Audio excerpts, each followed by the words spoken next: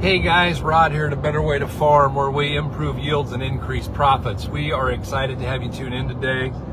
I'm on my way over to see one of our growers over here in Illinois, hang out with him for a little bit, and then go to Wisconsin and do some meetings up there. But I wanted to get on here. We had some conversation around the concept of, well, we don't live in Iowa like where you guys are, so therefore our dirt's more marginal. Therefore, we don't really want to apply any micronutrients. And while I respect your opinion, I'm going to respectfully disagree with you. We've had numerous people who've kind of taken this line of thought. Let me share something with you. Yes, I live in Iowa, but I live in ultra southern Iowa. I mean, I'm as far south as you can get, not being Missouri. My soils are white oak. Today, if you went out there, they look more like a chalkboard than they do good Iowa black dirt that's up north of me 30 miles. And so we understand what farming in that tougher environment looks like and what it can be. I've got several friends there in the community that are doing the same thing that we're doing. And let me tell you what happens when we do it right. Results. We get results. Guys, I realize that you say, okay, I don't have the yield potential that they have in northern Iowa. I get that. I don't. However, what I do have is the potential to get 20, 30, 40, 50 bushel more if I do it correctly. And here's why it might be more important to put micros on the marginal soil. Up north, they tend to not be as deficient in it. It's their limiting factor, and it's holding them back. And you guys that have got the great dirt, I joke, some of you guys live where if you spill a bag of seed out of your pickup going 60 miles an hour, it makes 210 bushel to the acre. It's good dirt. We get that. Over here in Illinois where I'm going, same thing. However, not having micros limits that, and with better management we could come up with better yields. That being said, let's talk about where I'm at. We are always 2 weeks from a drought, and it can be raining when I tell you that, because we don't have the water capacity. We just simply don't have the organic matters. Ours are getting better. We've worked very diligently to improve them. But we don't have the water capacity. We don't have the deep topsoil. We don't have access to the moisture like those guys have.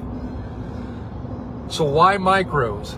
Well, first of all, we've been farming this dirt for 150 or closer to 200 years. And for 200 years, we have taken out zinc and we've taken out sulfur and we've removed manganese and magnesium and calcium and iron and copper, all the different micros, all the different secondaries. But what have we put back?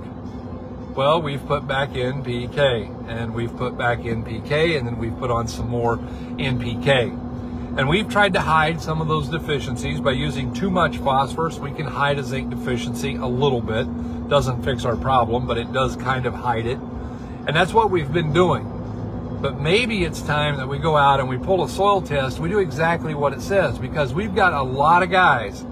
I just got off the phone with Jim in downstate Illinois, and Jim was just, every time we talk about how much more hot, dry weather his corn took than the neighbors.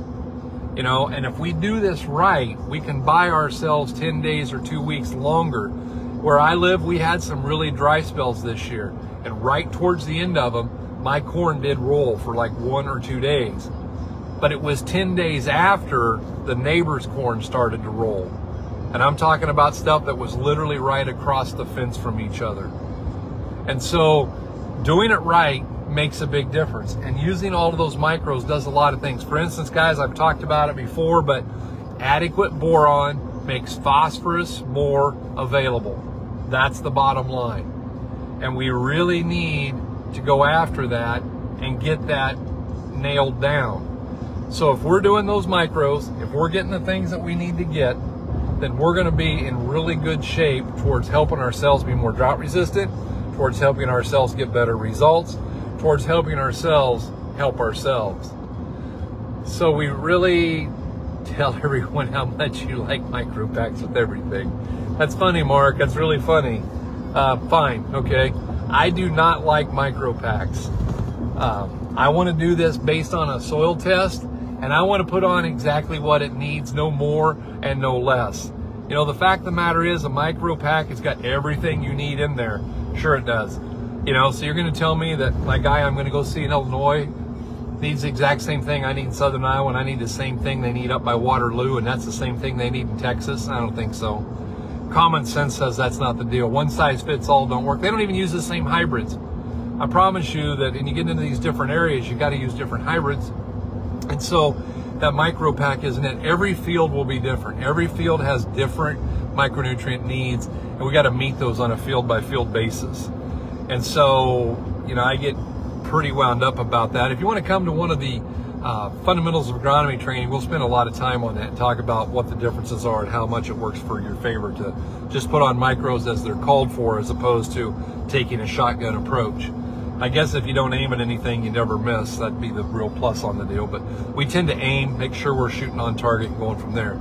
Thank you guys for tuning in. I really appreciate it. And we will look forward to talking to you soon.